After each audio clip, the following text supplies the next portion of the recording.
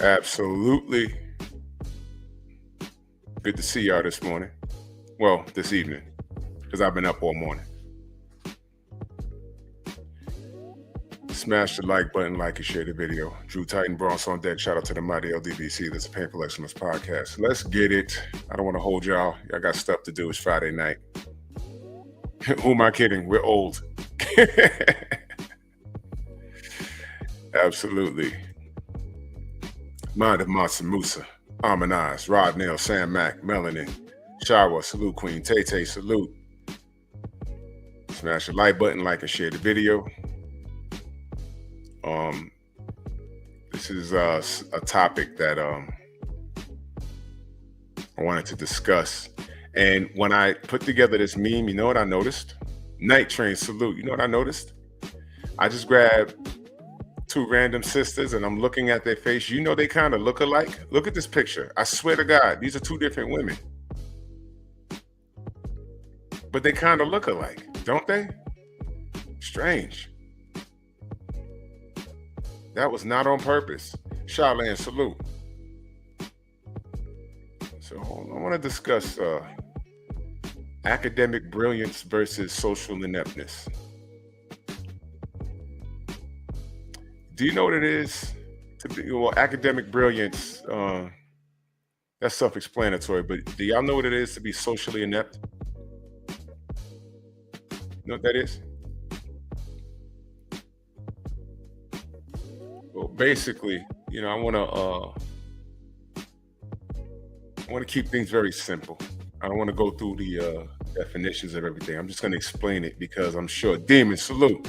I'm sure at some point you've known people like this, or this may have been you. Let me talk to the ladies. Y'all ever knew somebody who's academically brilliant? I mean, colleges beating down their door, full scholarship. Whatever grade they were in, they were reading on a grade level that was above and beyond. I mean, you just knew they were going to be a doctor. And socially, they were inept. Let me tell you a little story about a young lady I went to high school with.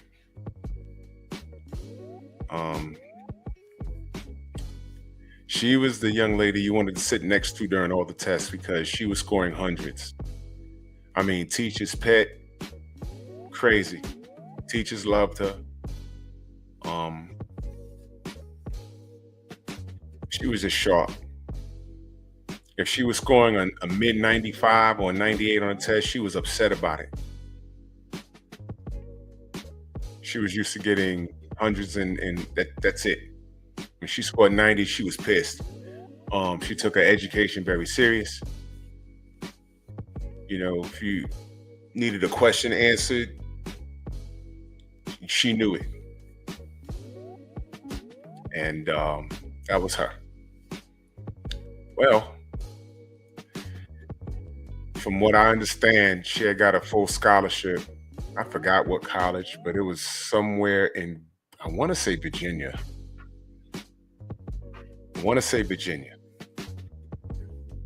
Goes to Virginia, and we ran into some of the ladies that hung out with her, and we was talking. So me and my boy, we went to the same high school. We ran into some of the girls that we all went to high school together. We ran into them somewhere on Fordham Road. We was talking. We was like, yo, she was like, yo, you remember, I don't want to say Shorty's name. He was like, yeah. She good? What, did she graduate already? She only been in the school for a year? No, she home. Home. What happened? She got hurt or something? Her feelings. What happened? Went to college. First time away from home with no supervision and nothing. Got pregnant. Tried to hide it. And once everyone found out, there goes your full academic scholarship. And she went to a 4-year, woke, salute, 4-year joint and blew it. Because she went down there and fell in love with the first dude that showed her attention, got the drawers. She got pregnant, had to go home. And I'm assuming his behind stayed down there and finished his education. Edumacation, that's how we used to say it back then. And I was like dumbfounded. You know why? Because she was also pretty. But any guy that tried to, like, you know, shoot their shot at her, they were getting shut down. It was amazing. As soon as she got to college, gave it up to somebody and she goofed herself up. This was 1995. Young Hollywood, salute. So I think she had a daughter, and she's good and grown now. But she goofed up and set her education back, from what I understand, you know, because everyone got reconnected on Facebook to a degree. And I saw her and I'm like, oh, okay. You know, I saw the kid. And back then, the kid's good and grown now. But I'm saying, from what I heard, she had a free ride through, I forget, but I heard she had an academic scholarship to, Miss Shelton, what up? I want to say it was in Virginia, I forgot, but she goofed it up. Young Hollywood in that super chat, man, salute to you, good brother. Much love and appreciation. Thank you. She goofed herself up. So her girlfriends was like, well, man, I don't understand how that happened, because, you know, she used to rock the test and we used to like sitting next to her because she knew all the answers. And me and my boy was like, yo, listen, man, y'all would have never went down to college and did that, right? Right. Nah, okay. Why do you think that? Whenever y'all hung out on the weekends, where was she? In the house.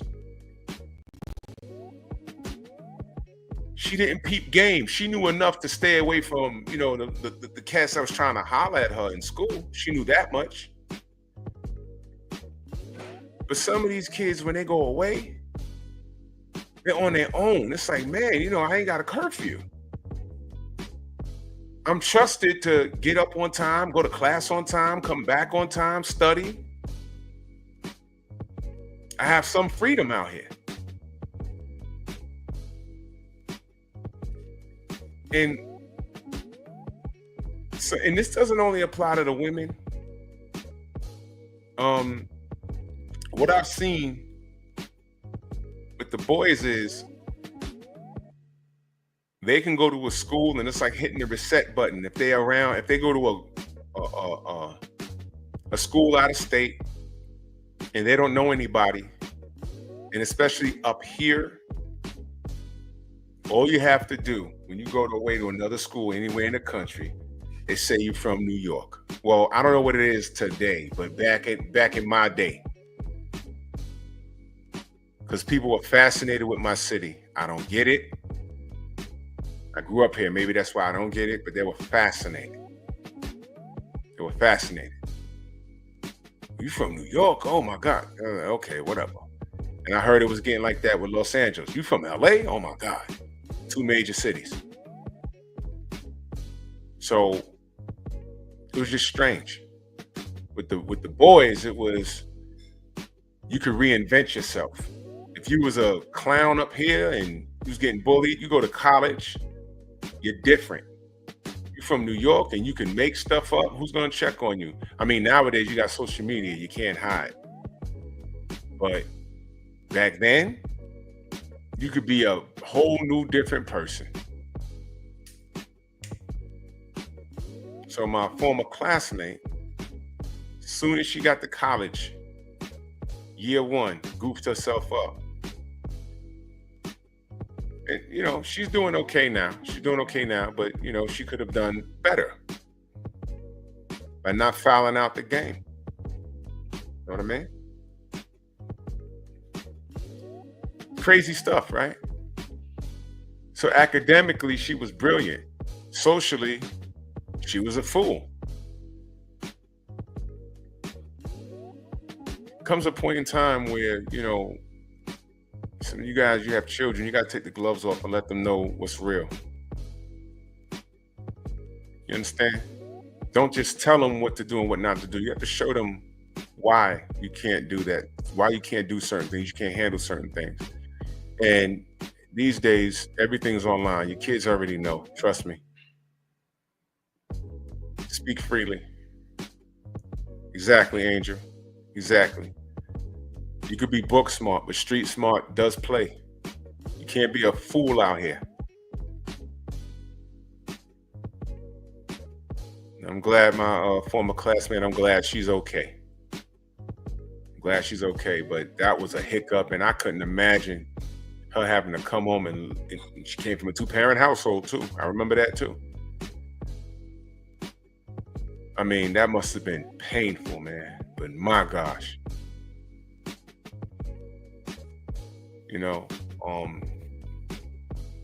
Academic brilliance will take you real far. But if you don't have that fine balance of what to do in the world, you can't be socially inept. There was a kid and play movie called, what was it called? Remember it was a kid and play movie. It was after House Party 2, but before House Party 3. What was it called? Was it Head of the Class or whatever? I forgot the name of it. Class Act, Rodney. That's what it was. It was Class Act. It's a good film. Kid was the book smart guy and play was the thug. And there was certain things that play couldn't do that kid could do. It's a good movie. Harmonize. I agree. Her parents, they did. Let me ask y'all a question.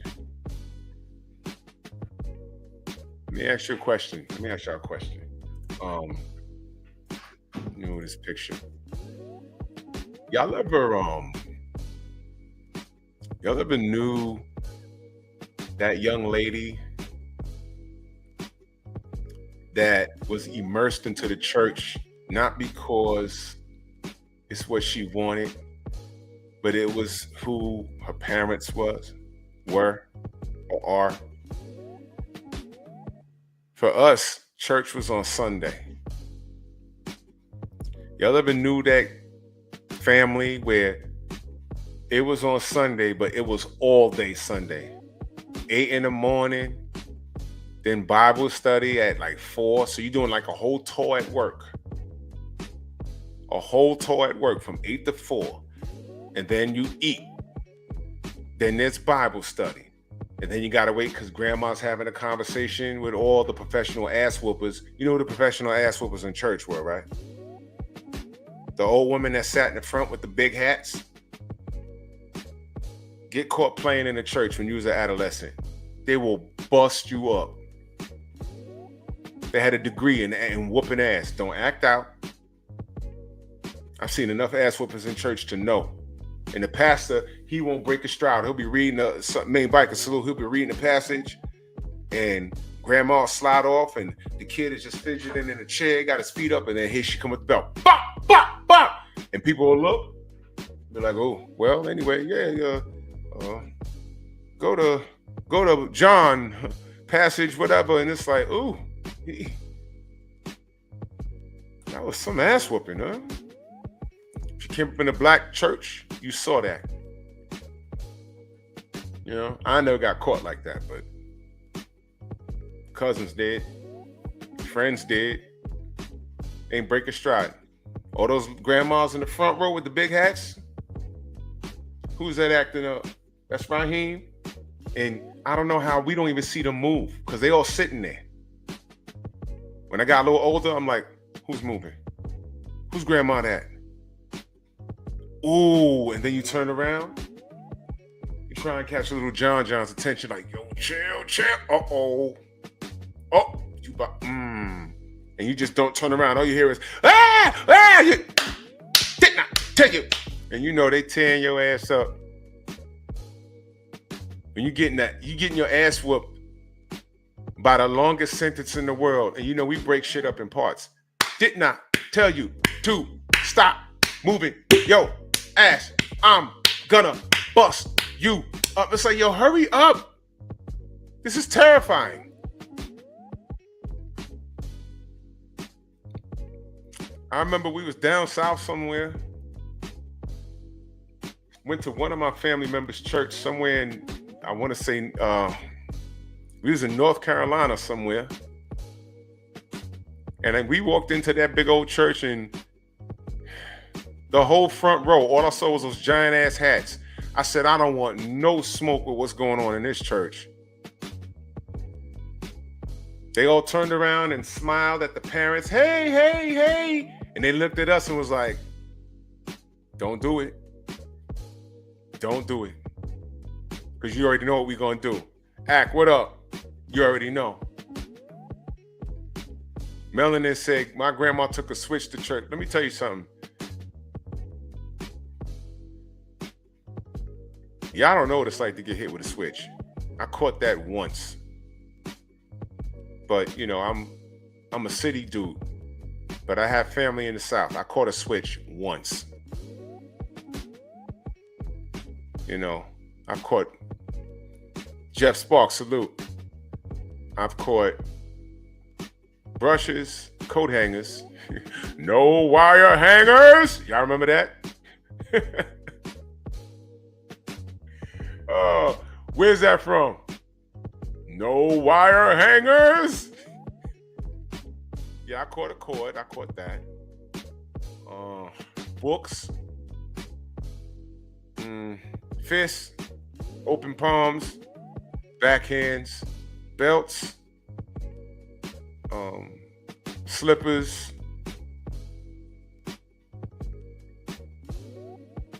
Boomerang. I'm not kidding. A boomerang. A boomerang. Thank you, Shawa. Mommy Darius. No wire hangers. Oh, word, Jab?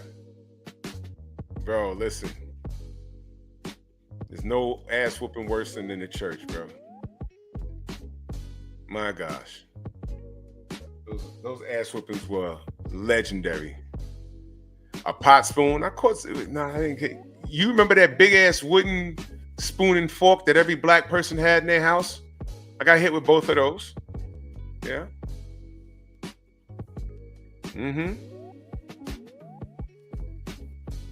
Crazy stuff, man. Expert. But I never caught an ass whooping in church. Nope. All my friends did. I've seen some of my cousins catch it. Has any one of those grandmas moved? We looking around. Nicholas, what up? What up? It's all good. Whenever grandma in the front row got removed, we was like, yo, who's grandma's at? And we looking around to see who's goofing off. We was like, oh, she just going to the bathroom. Okay. As soon as she got up, we was like, who? That's Miss Johnson? Who? Oh, she just going to the bathroom. Heart start racing like, who? Who did what? We ain't do nothing. I was sitting here the whole time. And when we went to that big ass church in North Carolina, I was like, yeah, I saw all those hats in the front, like the first 3 rows. And they all turned around at once, like, hey, hey, hey. And they looked at the young ones, us, they were like,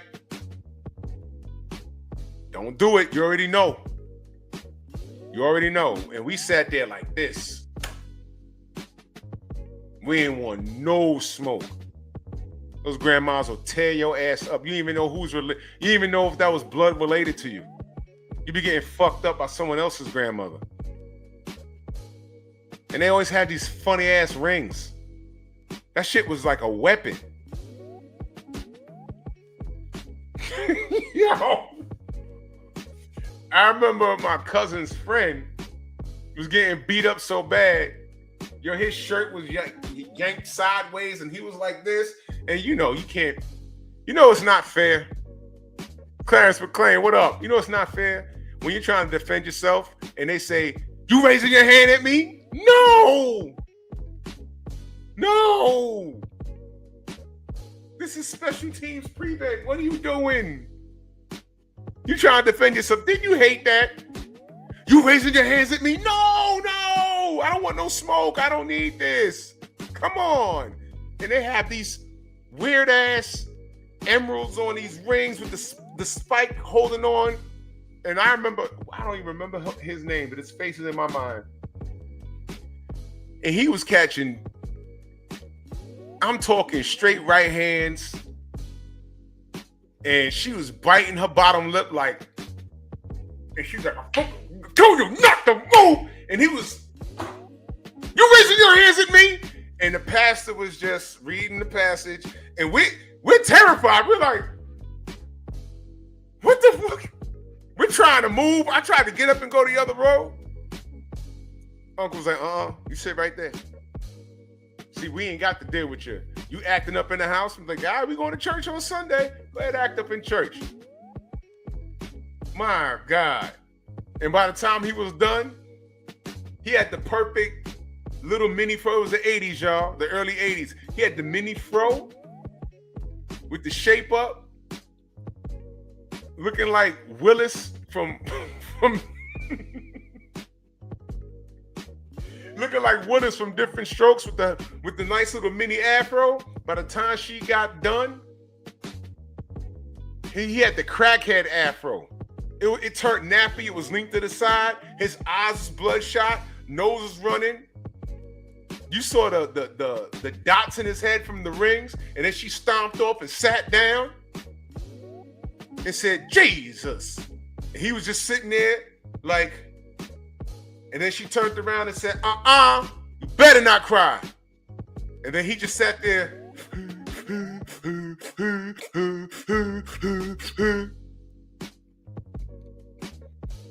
My brother's 5 years older than me.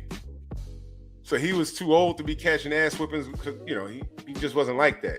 It was me, my cousins, and my brother looked, and he was like, and I'm like, don't, bro.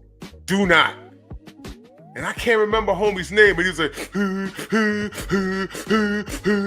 I was like, oh, she's like, shut it up. Yo.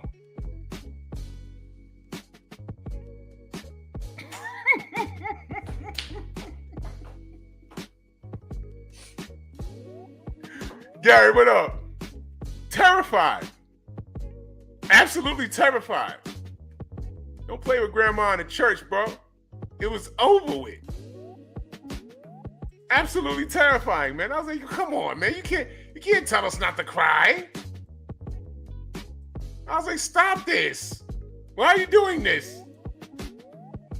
Don't beat our ass and tell us we're trying to defend our head. And then they say, you raising your hand at me? No, wait a minute. No. You trying to hit me back? No.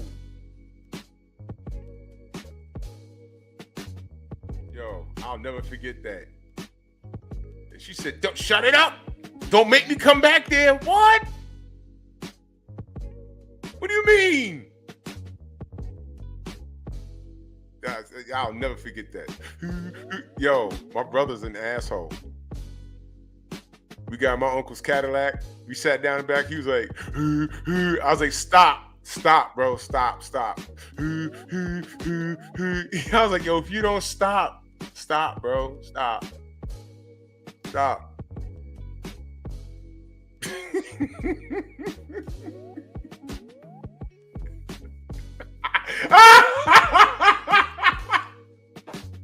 Sam's like, be in church, fight for our lives, not to cry. Yo, it was the worst. It was the worst, bro. It was the worst. Church was terrifying, man. Whenever we saw one of those old women move, we was like, yo, whose grandma's that? Somebody about to get fucked up. As long as my grandma moved, because when somebody getting fucked up, all those hats turn around and be like, don't act like you can't get it. You see him? Listen, my grandma was rocking the Goldberg shirt back in '83. Remember the Goldberg shirt? You're next? Please. Those hats meant you're next. You can get it. Because I swear, one of those sisters beat up old boy, and then we're standing there terrified, and then they said, "What you looking at?" Nothing. Nothing. You know what I can say? To my knowledge, every last one of us today do not have a criminal record as a result of that. I appreciate every last ass whooping that I've experienced and that I've seen. No ass whooping for me. Because when I became of age where I could leave the nest and explore my own, a space and opportunity to do something wrong, which may have warranted police activity, every time I had to make a decision, I was like, how would I explain this to my parents? I'll see y'all later. And I pimp off. Yeah, let's go. Wait a minute. If we get caught, how am I going to explain this to my moms? You know what? I'll see y'all later. How am I going to explain this to my dad? You know what? I'll see y'all later. 100%. 100%. Sometimes I envision my grandma turning around me with that big ass hat with all those flowers in it. It could either be beautiful on her head or beautiful on your casket after she done beat you to death in the house of God. The choice is yours. Main Biker in that super chat, he said, the first gang members I knew when them church women, they didn't fuck around. They didn't fuck around. They wobble in and walk all slow. Yep. And then when they catch the Holy Ghost, they jumping up like the Jordan logo. It's like, how is she? I don't believe her walking like that. She got like a 50-inch vertical now and high heels. And what was up with those shoes? Those heavy ass high heel black.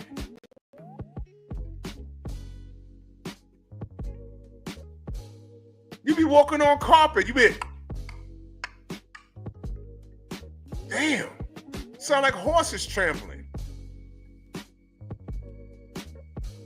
They always had mints, glasses. Their wig game was up to par.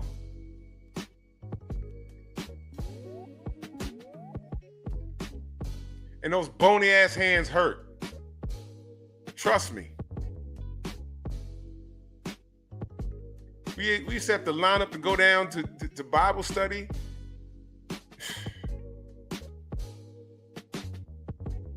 When those sisters grabbed me by the goddamn wrist, it felt like someone wrapped a chain around my wrist.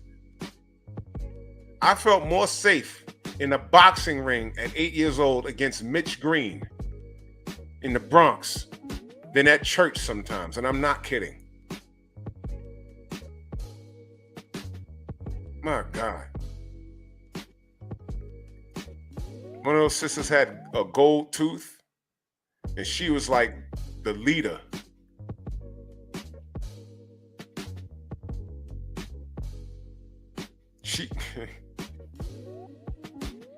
Yo, her Holy Ghost was the greatest thing I've ever seen. She used to speak in tongues. KP, what up? And she get the mic. Yo. They be like, watch out now. Go ahead, girl. Watch out. Here she go. And she be like, Lord. Oh, Lord. And she'll be singing. And then she'll start talking. Y'all don't hear me. Then she'll spin around. You do not hear me. Lord. It's excellent. Ow! She power up. I knew what a saying was back then. I'm like, she came in on a walker. Now she's bouncing around on one foot. What is this?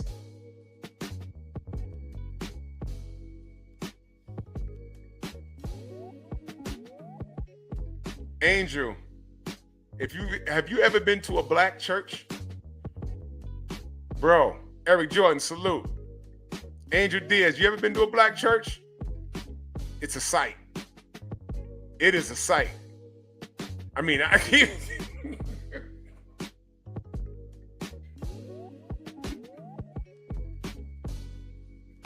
I can't remember that sister's name, man. You gotta be black and have gone to a church to understand how funny that shit is.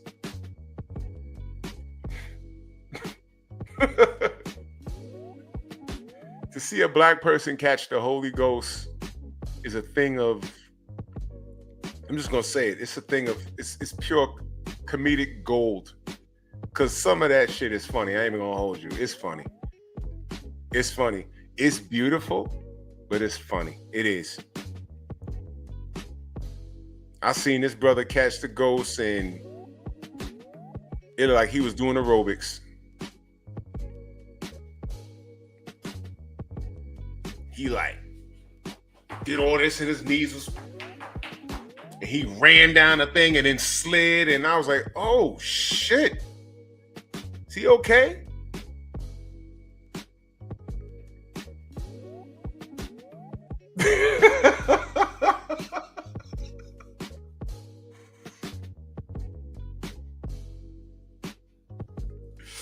Yo, I'm gonna do the black church episode, man. I know I went off topic for a second, but damn, gotta do the black church. Oh my gosh, bro. Night Train says, my dad took my brother and I to Mississippi every summer. My grandmother, the church there, it looked like the Blues Brothers scene. Do you see the light? Oh my gosh, bro. Yo. My gosh, man. My gosh. That's funny, man. He said the scene from the Blues Brothers. Y'all remember that? Do you see the light? Oh my gosh, man. That's funny, man. That is funny. I love the black church, man. Like, man, but it was great. Village Brothers, salute, man. It was great because I had some good times there. I'm not even gonna hold you. The ass whoopings were a part of growing up, man.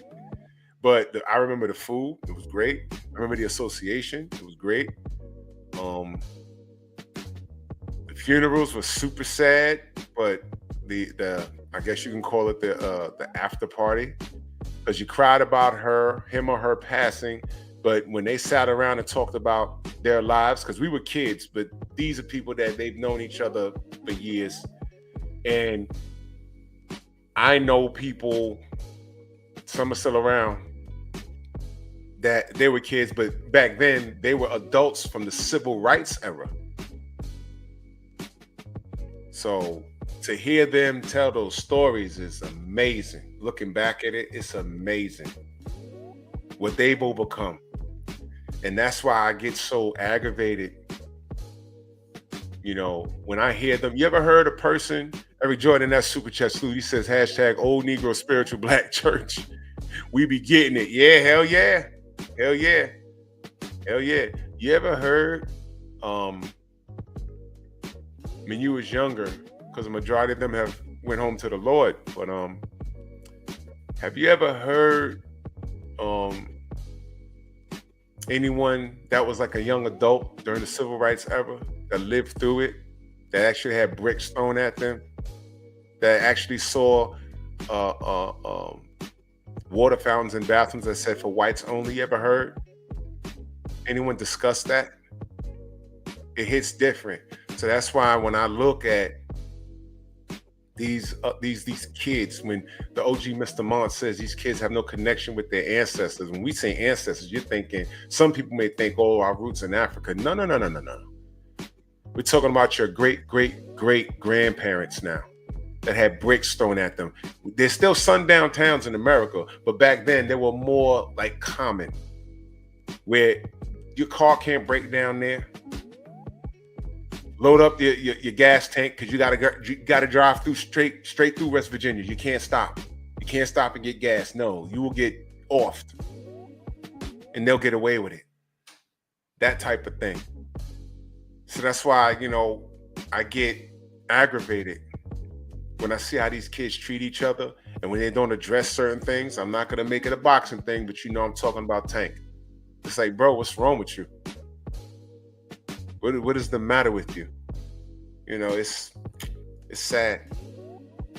Yeah, I know, Tank. Yeah, my dad, he's still alive. My mother's still alive. They were kids going through that. These kids don't know what racism today. They don't know what it is, man. They have no idea. My aunt was chased by a white man with a rifle when she was in college down south. 4 black girls trying to use the restroom at a diner or something. Got chased out of there. He's like, you can't eat here. He's like, we're just using the restroom. We're not trying to eat. He said, okay. He went back to his Chevy and got a rifle. And got to dumping. He ain't just flash it. He got to dumping at them. And who do you tell? Who do you tell? The local sheriff? No. Bullet holes in the car? So? You ain't supposed to be here. You know you ain't supposed to be here. See? And this isn't, to you, it's a long time. It's not that long ago. The 50s and 60s, it's not that long ago.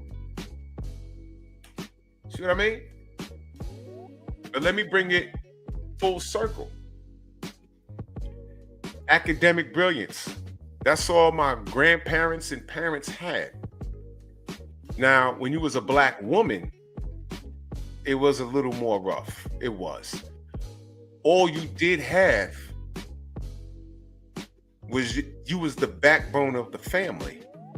So where you couldn't do so, to be a white woman, you was kind of restricted too.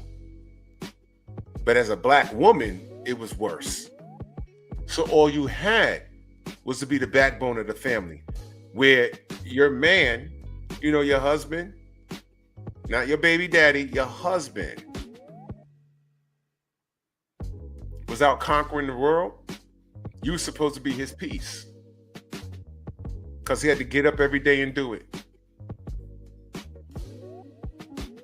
And all you had was your education. That's why the education was so important. So that's why I tell you, a lot of the women in my family, they're academically brilliant, but my roots are in the South. My family moved to the city. When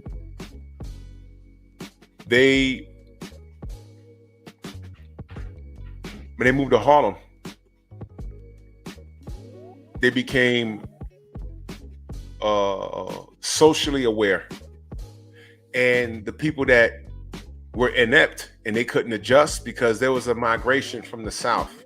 There's a whole history with this. Maybe I'll talk about that, how we was in the South and it got so goddamn racist. A lot of us moved up north to the cities, New York, Chicago, Detroit. On the West Coast, they moved to LA. There's a whole thing that I saw about that too. And the Bloods and the Crips, what I was told, they were formed to defend against the crackers that were coming into the black neighborhoods and trying to set our buildings on fire. And they were formed to protect. And then what happened? These new wave of niggas came in there and just offset the whole thing. That's what I heard. But the migration from the South up to the cities. My roots are in the South, right? The Midwest and stuff like that. but everyone moved to Harlem. Harlem, Harlem, Harlem, Harlem. My mother and my father. Harlem, Harlem, Harlem, Harlem, Harlem. And it was different. There's buildings were big. You know, it's like, whoa, what's this? And what did they do in the neighborhoods? They threw drugs in the neighborhood. All we had was education. That was our power. That's how we fought. They couldn't call us dumb niggas anymore. I have a degree. It's still an N-word. Okay, but I have a degree. So what? It's a whole different fight. You still live uptown. If you live in New York, Clarence will know this. Anything from 96th Street uptown is Harlem. 96th Street downtown, if you're ever in New York, get on Lexington Avenue and start uptown. Get on Lexington Avenue, 125th Street, and just drive down Lexington Avenue. As soon as you get across 96th Street, the buildings get taller. And you start seeing white people. 96th Street is a cutoff point. It's like, huh? It just like that. Just like that. It's the east side. It's Lexington, Madison, Fifth Avenue. By Central Park. The buildings change. It's like, huh? Yeah. All we had is our education. Eric Jordan back in that super chat salute. He says, my dad told me how racist it was back in his day. Yeah, bro. It was bad. That's what I'm saying. These kids, they have no idea. Now, our brother, Mr. Shelton, you know, some places ain't changed much. And although it's not in our faces much, it's still there. But turn the dial back to the 50s. Oh, boy. Oh, boy. Yeah, exactly. Just far across street from Metropolitan Hospital. Yep. The neighborhood just changes just like that. Just like that.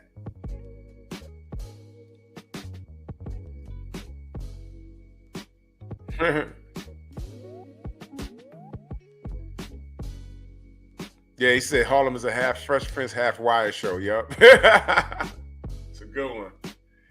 Yeah, so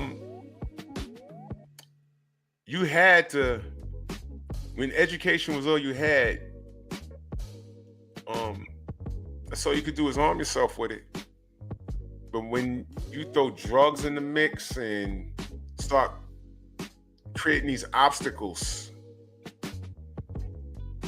unless you're street smart, you don't know to look out for certain things. I'll give you a prime example. When the crack era was introduced to the black community, it's in the early 80s. It was unlike anything that they've ever seen. Marijuana was like the main thing, and for the most part, there was some black people on cocaine, but the that was usually affiliated with wealthy white folk.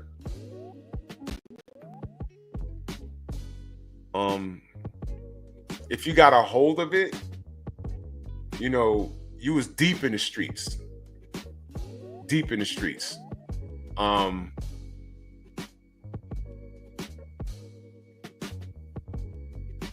Yeah, I heard about that shower. Yeah, this cat's still getting lynched out here, man. This is like, sometimes you're in the cities, it's its safest. And it's not, you're safe from that, I'll say. These cities, we have our own crap out here too. Don't get it twisted, but yeah, Night Train, racism, it's just got more covert. You know? Yeah, Shelton, I did. You know, but these cats didn't know what crack was, man. And it was all bad, bro. It was all bad. Hold on. I think I got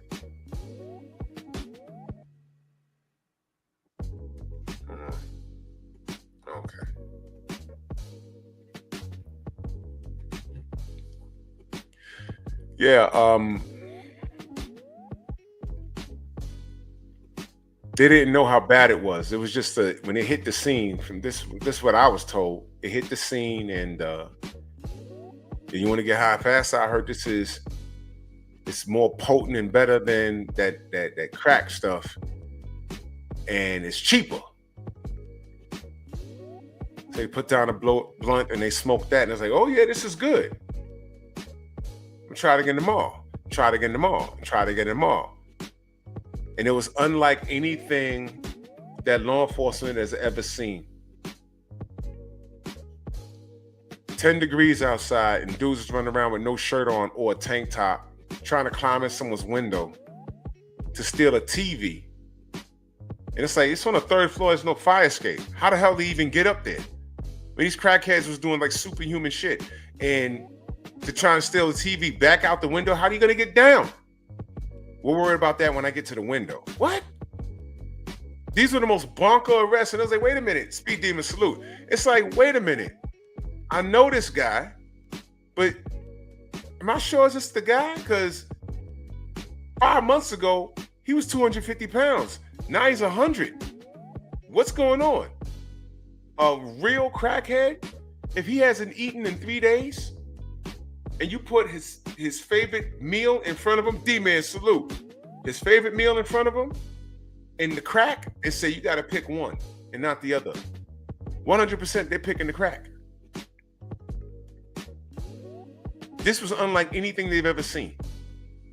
And they dumped it into our community, man.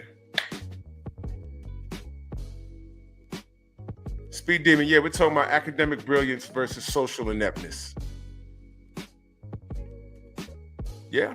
Oh, yeah, Mr. Shelton, that was all President Reagan. That's a whole, that's a Patreon conversation. That whole crack era thing, that's a Patreon situation. Man, did a number on us, man. But there was some cats that they didn't even smoke weed. They didn't even smoke weed. So they was like, yo, what do you mean this is better than cocaine? I don't do cocaine. I don't smoke weed. And this is supposed to give you a better high than the cocaine that I stay away from? No, sir. But some people didn't know any better because they leisurely did the marijuana back when it was illegal. And then they leisurely snuck in with the cocaine. They snuck in. Let me stop using that term because YouTube get funny. Let's call it the yayo. So it's like, yeah, I got a little problem, yayo. The yayo. But it's under control. And what's this new thing? The crack? I can handle that. Nope. Had you running around 10-degree weather in the middle of winter in the 80s with a tank top on. Snatching chains and shit. Black Martial Arts Society, salute to my brother Eric Jordan in that Cash App, much love. He said crack is a hell of a drug. Yeah, it sure was. Crazy stuff, man. Crazy stuff. It was ruining people out here. And they didn't know. They didn't know, man. But if you was socially right, you knew it. Y'all remember Lynn Bias?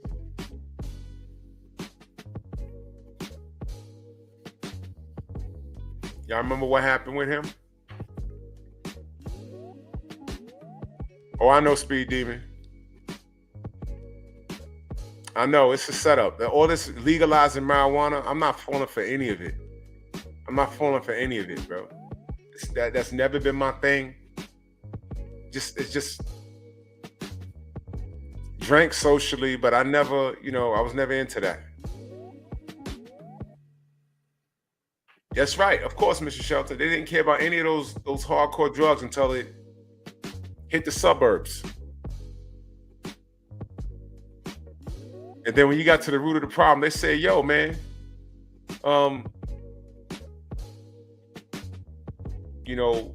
Raheem up in Harlem, he can't get that drug comes from a plant that don't even grow in America. How's he getting all this stuff? It's being flown in. How did those guns get in Chicago? Those military issued guns. No black person can do that. How did it get there? And when you start asking questions, you already know. Speed Demon says, so you don't smoke, but do you think if you don't do drugs? Well, I don't understand what you're asking me, bro. Yeah, shower the police, man. Listen, y'all ever heard of Clarence, you remember the Dirty 30? The Dirty 30 precinct in Manhattan, Washington Heights, the 30th precinct. Google it. I knew someone that worked there back in the day. The Dirty 30. You know what they were doing? They were allowing the drug dealers to operate. You can operate here, but you got to give me a cut. Look it up. It's on YouTube. When that made the news, there was a dude that was a cop that lived around my way. And we was like, wait a minute. I remember that. He drove a really nice car. And I said, man, police ain't making that much money. The Dirty 30, the 30th precinct. That's on Washington. It's in Washington Heights, the Dominican neighborhood. Those cats were shaking down drug dealers and allowing them to operate as long as they got a cut. Oh yeah, Mr. Shelton, you right? Yeah, bro. Oh yeah.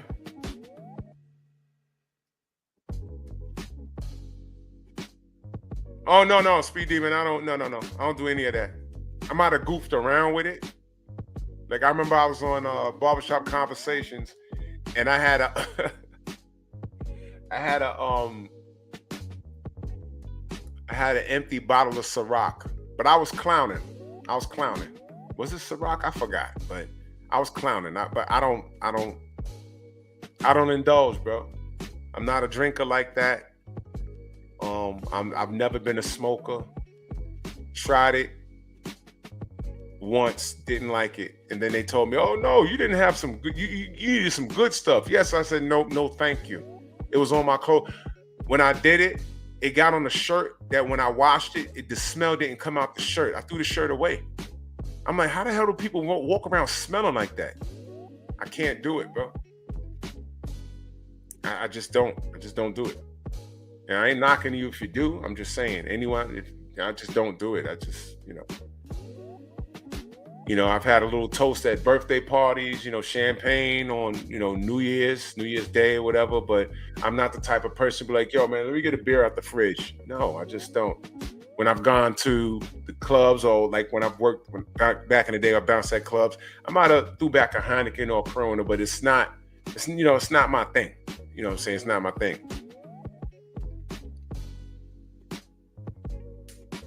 Right, Speed Demon. I don't. It's not,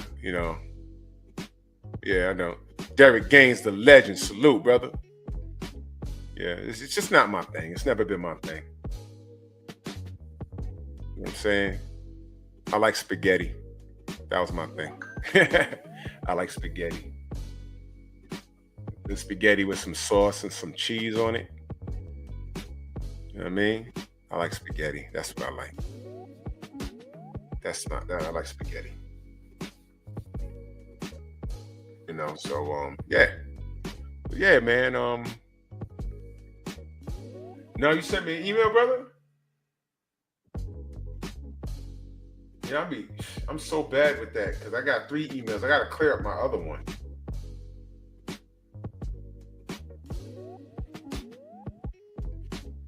Oh. Ooh. I'm gonna get on that. Thank you, Derek. Thank you. Thank you very much.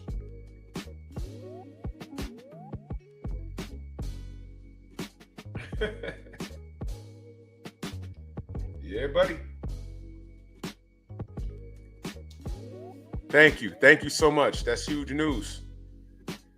But anyway, everything that I'm talking about is relevant to the title of the show tonight, man. there's a lot of people that were academically brilliant, but they said they had you know, habits that was under control. But some of these things are not in your control. Drinking and smoking is you think it's in your control, but it's not. To be socially inept is not knowing when to leave certain things alone because it's detrimental to your health and well-being. And I don't care how smart you are. If you're not aware of your surroundings, especially when you're not in your hometown, home state, in your home, if you're not paying attention to stuff, y'all know y'all got to teach y'all kids. You know, I have a younger sister, and when she started going out, you know, I told her, yo, look, this is what you look for. Going out now, first of all, if you put your drink down and walk away from it and you go back, assume that someone put something in it. No, don't touch it. Dead serious. All right. If you put your cup down, always have your hand over your cup like this. Hen dog salute. Always put your hand over your cup. Assume someone's out to get you.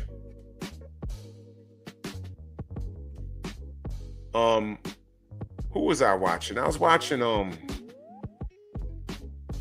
what's this singer's name? One of these young boys, man. I can't think of a song he ever. His face is in my head, but he was at a party, and his boy was filming him, and he was standing there with his cup, and he's just like looking around.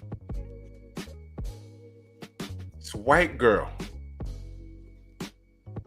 walks up to him, walks past him very nonchalant, and you see her drop something in his drink. And then just walked like in the back and just turned around and was staring at him. And he looked down like this and looked in the cup and went like this. And he just stared. And then you hear his boy go, yo, yo, because he started walking towards him. And he looked, he says, I felt her do something. And he looked in the cup. And when he looked in the cup, you see her turn around and slide off. For him to be tweaking, and be on, I don't know, Entertainment Tonight. So-and-so had a nervous breakdown or poisoned. They're trying to do, people are ruthless. They're trying to do it with your cup. Listen, I could have a cup of juice. Like when I go out, I'm like, what can I get you for? You got pineapple juice? And they'll put the pineapple juice in the cup with ice, and they'll give me one of the straws. You don't know what's in it. But I hold my glass to my chest like this. If I put it down like that, I have it, my hand over the whole cup. Assume the worst. I'm not socially inept. I'm not at all. At all. Trust nothing. Old girl,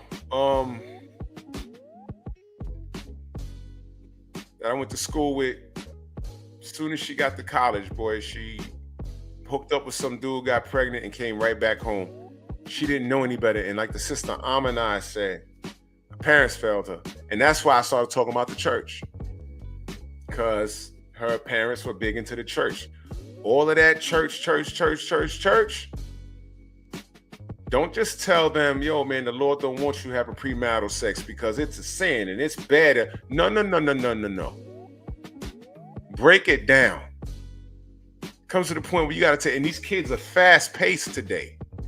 Comes to the point where you got to break it down. Listen, this is why you don't do it.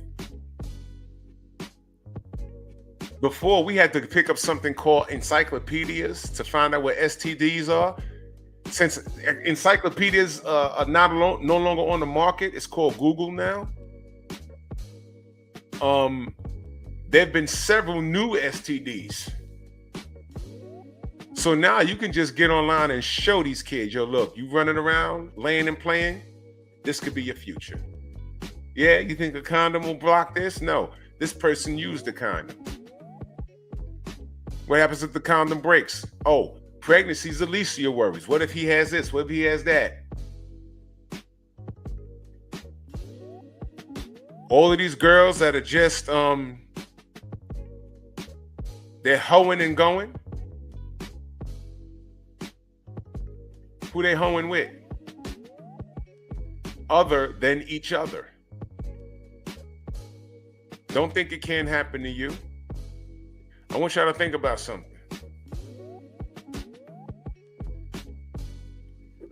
Put a 1 in the chat if you remember your first HIV test.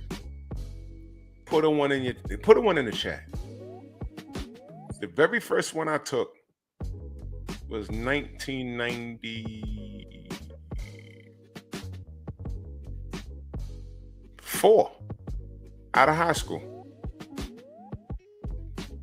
Let me ask y'all a question. All y'all pressing 1. Let me ask y'all a question. At first, you're like, I ain't got it.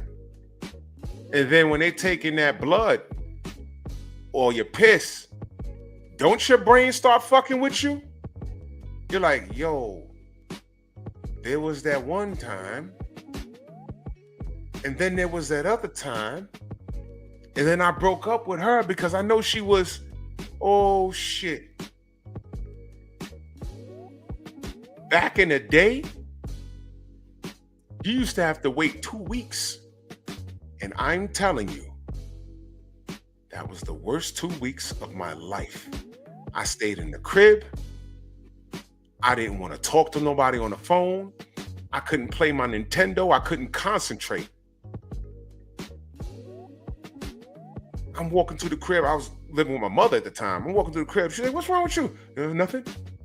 You all right?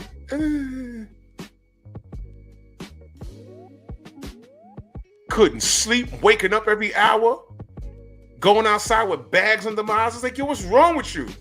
Nothing? No, there's something wrong with you. Nothing? I'd sneeze and be like, oh my God, do I got it? Y'all remember? Bro, Dangerous Desires, Bully, salute. And this is in the 90s. You had to wait 2 weeks. You had to go to a clinic. And then you're like, I ain't got nothing. And then you're like, you start thinking about all the, okay. You start thinking, you started trying to start rationalizing. You ran up in her with no hat. It was like, well, I was just, just the tip. I'll never forget this. I went and I sat down with the dude about to, draw my blood. He said, how you doing? I said, hey, you doing, And it was free clinic. It was on Fulton Avenue on 170 something. Between Fulton and 3rd. There was a clinic up there for a little while. And he's a nice guy. And he's like, yeah, so, tell me about yourself. And I was like, yeah, He said, well, are you active? Yeah, I got a girlfriend. He said, well, how many girlfriends? I was like, oh, nah, I got a girlfriend, but, So I use protection, not all the time. With who? Just your girl? He's like, oh, wait, her, not all the time, but, with, when I'm out and about, of course, He said, okay, are y'all open? I'm like, what do you mean? They're like, well, you're out and about. Is she out and about? Do you know that you know of? And I'm like, nah, but I ain't here all the time. And he says, well, is it a possibility? Have you ever considered? I was like, no, why would I? No, I'm just here to get checked. So you wouldn't think you would have it? He said, I was like, nah. He said, have you ever had any flu-like symptoms? And it wasn't flu season. Now, we're in flu season now because we're in the winter. What he was asking was, have you ever caught the flu in the summer or in the spring when it was not the flu season? And I said, I don't recall. No. He says, well, have you ever considered if do you think you have it? And I was like, no. And then he said, what if you do? Took me out.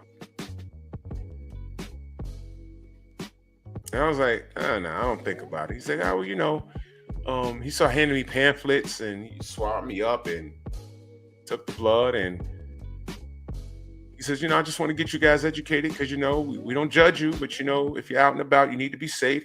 There's a fish bowl full of condoms, take as many as you want. I'm talking to him. He's listening. I'm listening to him. And I took the fish bowl and dumped it. I had a JanSport bag. Did I ever tell you about the JanSport bag? I had a JanSport bag. And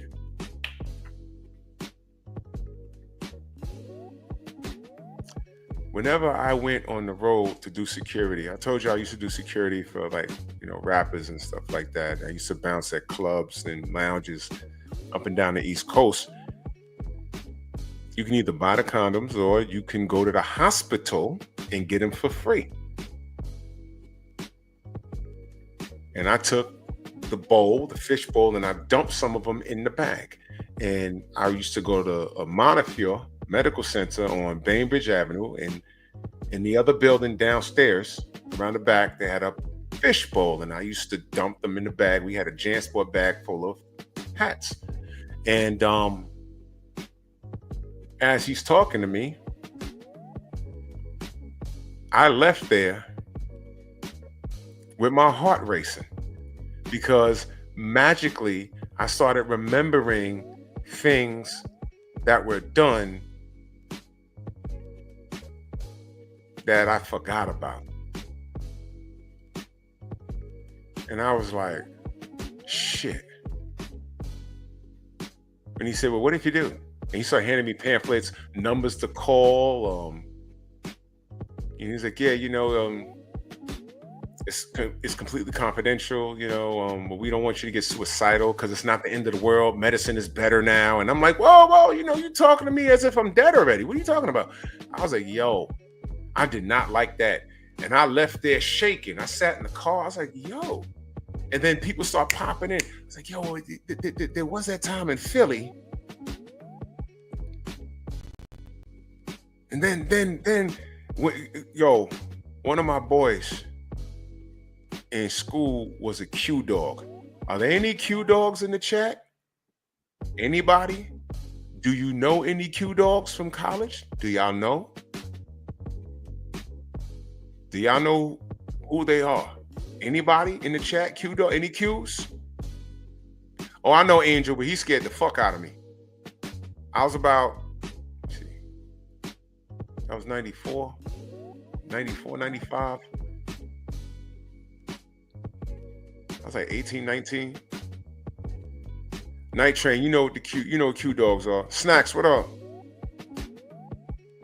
Bro. Q dogs. When I went to my boys' college, oh my gosh. Sam Mack, bro, Michael Jordan's a Q. Shaq is a Q.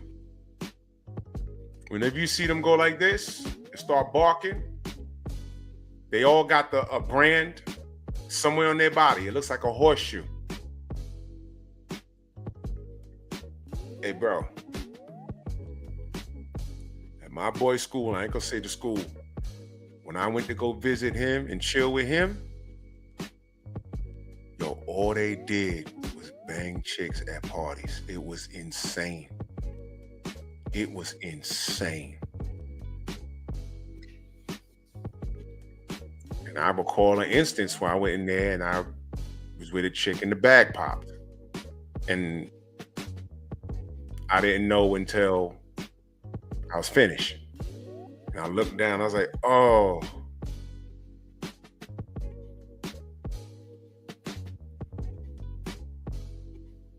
Her response was, oh no, I'm good. I'm on, BC, birth control. I'm like, but still, I am not the only cat that's, and no harm, no foul. You just don't, if you don't think about it, it'll go away. And no, I blocked it out my mind until I went and got tested. And I was like, yo, all of a sudden when I forgot about her, it popped right up in my mind. I was like, oh shit, what if? And then little instances start popping up that I forgot about. And I'm like, yo, worst 2 weeks of my life, Brody. I was so happy. They said,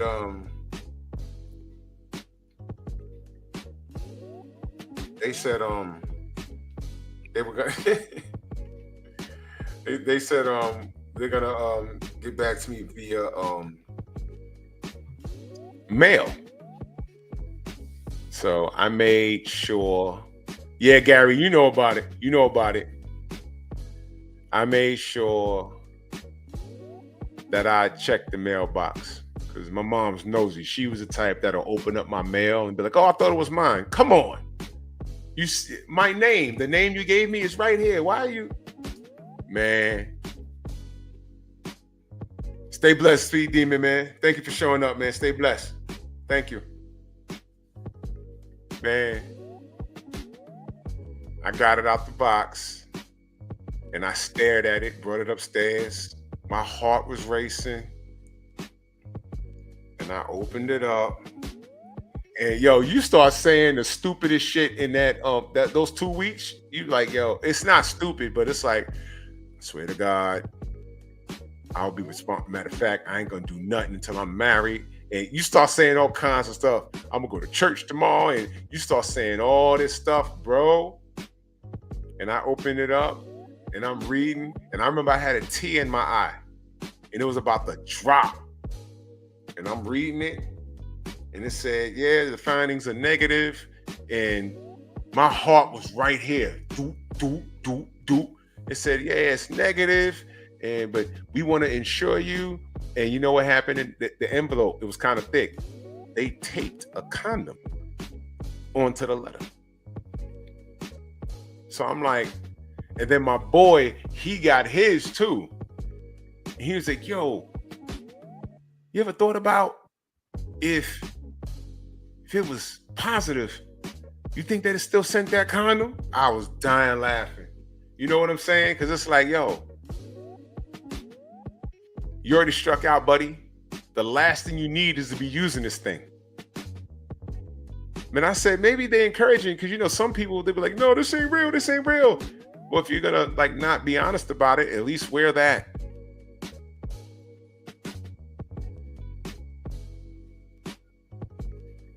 Man, listen. I was goofed up for those. I'll never forget those 14 or so days. I was messed up, bro. I was messed up. But I was so happy. And I ain't do nothing for about a good like 2-3 months after that. I was just, I ain't want to touch nothing. I was just like, whoo. Came outside smiling. I was like, yo, you better now? What happened? What was you going through? And I told my boys, I said, yo, I was waiting for my results, bro. And it was like bothering me. It was bothering me, bro. And come to find out, at least 2 of my boys went through the same situation. They were like, yeah, you know, I took my test, you know, like last year. And then I thought about it. I saw same thing. I started thinking of remembering shit that I did that I forgot about. It's like, ooh.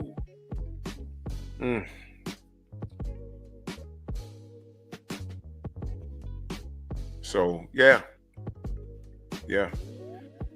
But one of the symptoms that I did know about, and I know why he asked that, from what I've read and for what people have told me, because I did know somebody that had it. It was a woman too. I used to work with her. She told me she knew something was strange when she was seeing a dude, and one day, like she said, he had went away to his country. He was, I think he was from I don't know where he was from, I forgot. But he came back and he you know, they got together, and she said like about a week later or something, she said she felt like very like weak. She said she felt like she had the flu. If y'all ever had the flu really bad, I had the flu really bad one time in my life, and that shit took me out. There was like a bad flu going around in the city. Like everyone was getting sick. I got sick. My pops had got sick. Um, it was crazy, and I was just like in the bed.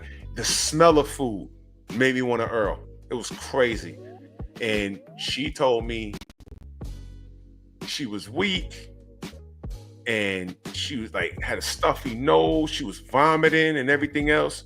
But the strangest thing, this was summertime when this happened to her. And when she got it, it went away like in 2 days, like nothing happened. Like nothing happened. It went away like nothing happened. It said it knocked her out for like 2 days. She called out of work. And then like a couple of days later, she was fine. Like, And you know, she didn't think nothing of it. And something happened in between. And they broke up, and you know, there's I'm just jumping ahead. There was a lot of things, but then there was like something off with her, and then she went. And if you don't request those tests, they don't just do it. But she was trying to find out what was going on with her. So then they asked her, you know, we're going to run all of this tests. Do you want us to check you for that? She said, oh yeah, go ahead. And remember those 2 weeks? The tests have gotten so official that they get back to you that day. And she was sitting down, and the doctor walked in on the clipboard that says, listen,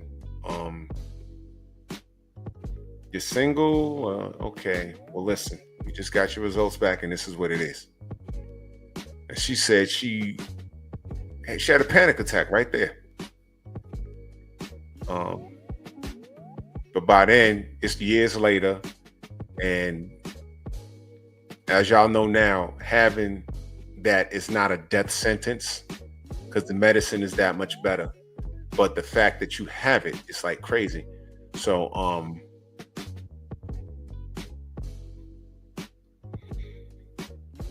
when she told that story, that bust my ass, bro. That shit was crazy. That shit was crazy. So I was like, oh my gosh, bro. I can't imagine that. That was crazy, man.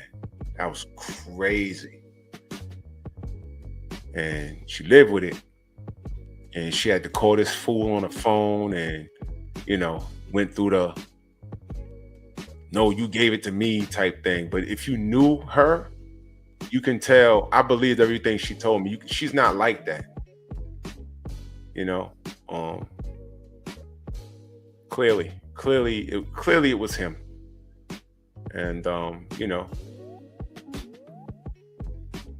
nothing you can do about it. When you put your faith in somebody, there's nothing you can do about it. It's crazy, man. But she's alive. She's chilling.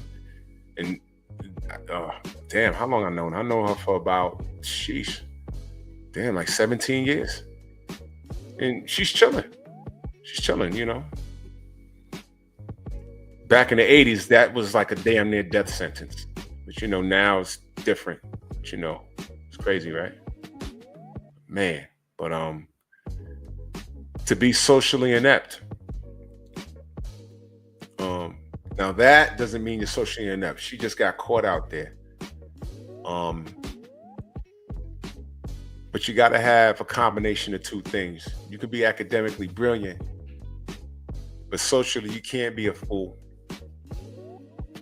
Yeah, I know, Shaw. It's fucked up, man. It's fucked up.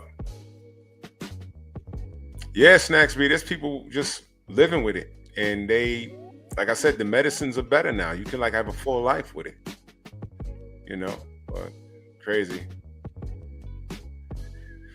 Gotta be careful out here, bro. Seriously. I encourage you, brothers, before you think of doing something crazy, go home and shake dice so you can think straight. If you still like in that mental state, you ain't got to splash everything. You really don't. You really don't. But whatever, man. That's another conversation. But you can't be socially inept. You'd be amazed, someone is so academically smart, but like, how did he get strung out on drugs? Didn't know any better. The peer pressure. Cracking under peer pressure. Nobody could peer pressure me. I promise you. Nobody could. I was a leader. Even when you clowned me, like, oh, well, you can't do that. Whatever, man. Y'all go ahead. I'll be over there. I'll be corny over there. I'll be corny over there. You go ahead and do this. You're socially inept. Like old girl I went to school with, she got talked out of her drawers. Been telling us no. Well, I never pressed her. I clearly wasn't her type, but she spent her time in high school telling everyone no, got to college, told someone yes, and bang. See that? Crazy, right? And what and I said earlier, that's when I started talking about the church thing. Her parents failed her because they were in the church, but they never explained to her, okay, this is why you don't do what you do. That's why we started talking about the STDs and stuff. This is why. You don't just tell them don't do it because God said so. Because kids are very simple. God, I don't see no God. I can't touch him. I can't feel him. No, but it's in your spirit. Kids ain't hearing that. They're into things that are tangible. But you know what you tell them? Go to the top of this building and jump off this motherfucker. It's called gravity.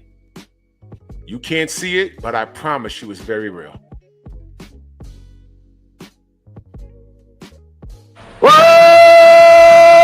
What?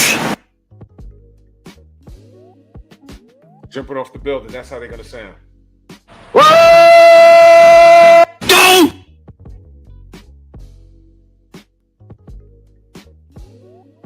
Don't play with it. Don't play with it. This is why you don't have premarital sex. This is why you don't you tell this to kids. This is why, this STD thing is very real. Getting burned is very real. This is why you don't do certain things. This is why you don't do drugs.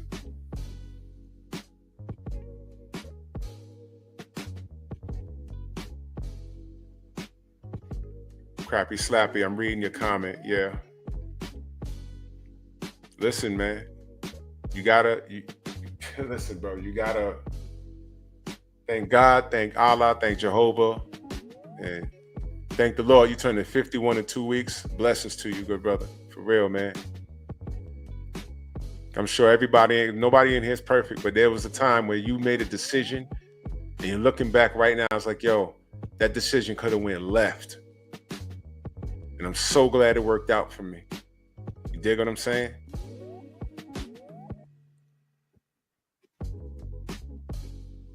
Crazy stuff, man. Crazy stuff, man.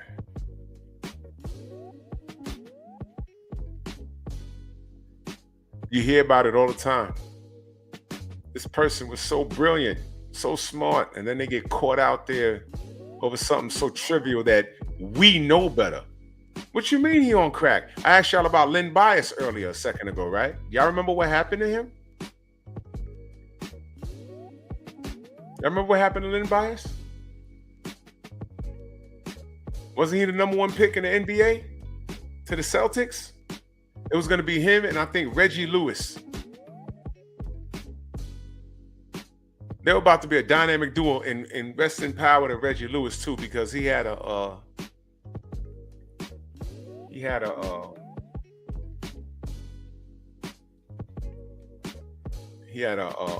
condition.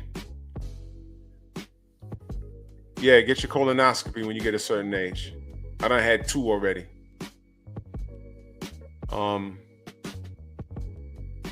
Thank you, Young Hollywood. That's what happened to him. Len Bias was the #1 draft pick by the Celtics. And to celebrate, he was hanging out with some college friends, done got the Celtics contract and everything else. And he took 1 hit of the snow and he died. And when they did a test on him, they said they had traces of cocaine in it. And from what I heard, that was the first and only time he ever hit the snow. The first and only time, and the brother passed. Do you know how tragic that is? My mother, when they announced that, yeah, they said he was about to be better than MJ. Yeah, look it up, Len Bias.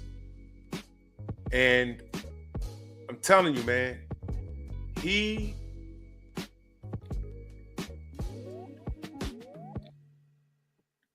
when that was announced, I remember my mother when they mentioned that. The man who announced it was Tom Brokaw. Y'all know who this is Tom Brokaw. Bukaki. That's him. That's him. And when he announced it, he took a deep breath, like he didn't even want to say it. Like, yeah, they did an autopsy and traces of cocaine was found in his blood. My mother said, "God damn it!" And she got up and stormed off like she lost a son. Because drugs tore our community up. That kid had no business. And you know what I think? Not only did the cocaine not agree with him, but I think he may have been allergic to it. Imagine smoking marijuana and not knowing that you're on top of that, you're allergic to it. Imagine that. It took him out.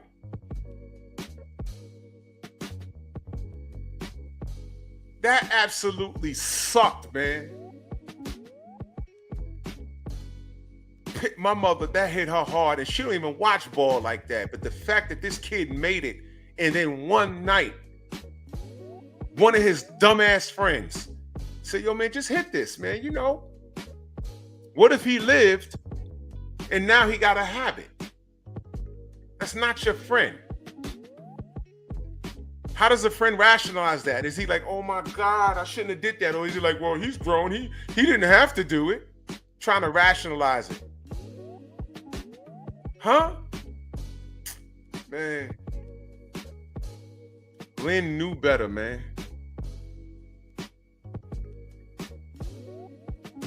Len knew better. And you know why that hits home with me? There was a cat that lived around my way, and I'll say his name because he's no longer with us. His name was Derek McMillan. And he was an athlete.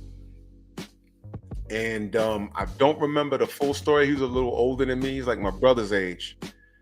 But he did something good, and they were celebrating, and the same shit happened to him. But the rumor is somebody put the yayo in some marijuana with something else, and he smoked it and went to sleep and didn't wake up. I remember that, and I remember Derek very, very clear. He's a short, brown-skinned, light-skinned dude with waves, and he was an athlete.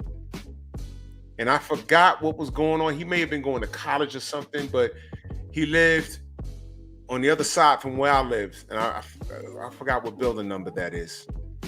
But that was insane, bro. And when you're a kid, you don't think that, you know, dudes around your age, you don't think about shit like that. But when I remember we came to school and people were just like gloomy. Oh, shower, I don't remember, but I know it was like kind of dark because everybody had a little brother that was my age or a little cousin or sister. And I remember, I think he had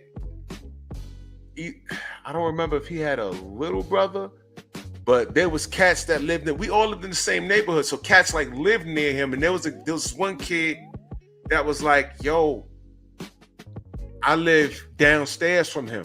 I forgot what floor he lived on, but he could hear the screams at like 3 in the morning, and it woke him up. And the parents was up, and it was like, "Yo," they went upstairs, and he heard his parents talking about. I was like, "Yo, he's not making." They called 911, and he's not moving. Like, who? Derek. What?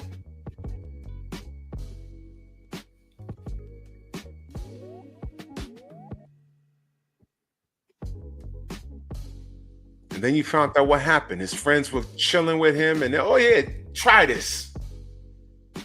You think he didn't know not to do drugs? Oh, it was just once. Just all right, I'm gonna do it, and then look at the result.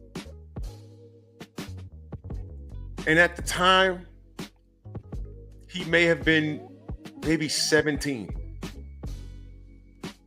Let me see. Because I was about 11 or 12 when that happened.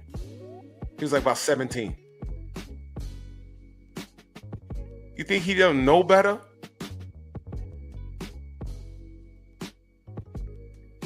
Come on, man. You can't be socially inept. And he wasn't that socially inept. He used to be outside. He ain't getting no trouble. But you don't know any better? Okay, just this once. Now look. Come on, man. His face is in my mind. I remember him clearly, and it was gloomy. The teachers had to come in the classroom and talk to us. We weren't in high school. We were still in junior high school. And then they had to come talk to us, like because everyone knew him. I don't recall doing any work that day. That was like, yeah, things happen. I want you guys to be. There was kids that like seen him every day, and they were like off. They were like, yo, what? It was crazy, bro. It was crazy. Derek McMillan. Crazy stuff, man.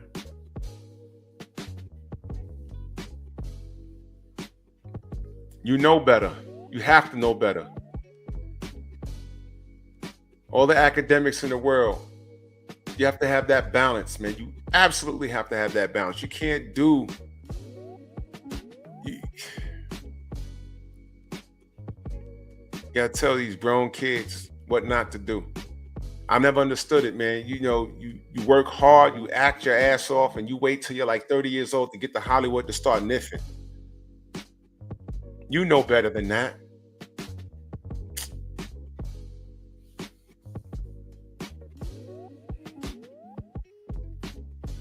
Nobody could peer pressure me to do a mother effing thing. I promise you. Yo, come on, man. Stop being a puss, man. You go ahead. I'm all right. I can occupy myself. I have hobbies. I used to write rhymes. Still write poetry. Video games. And I used to have a closet full of porn. I was good. I'll holler at y'all later. I can occupy myself. Thank you. I draw. I'll go home. Can't be socially inept. I'm never in a place where you could see me like, wow. I might be like that, but you won't see it like, yo, that's nice over there. Oh, that's nice over there. But I'm acting like I'm not moved because I don't want people to see me flabbergasted because I'm not paying attention to my surroundings. You have to be that way.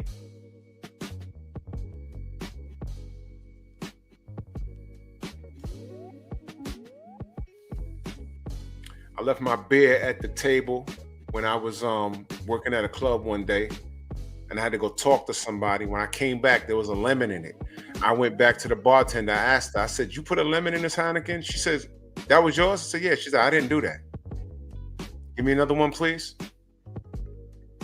Who the fuck put a lemon in my Heineken? I'm good.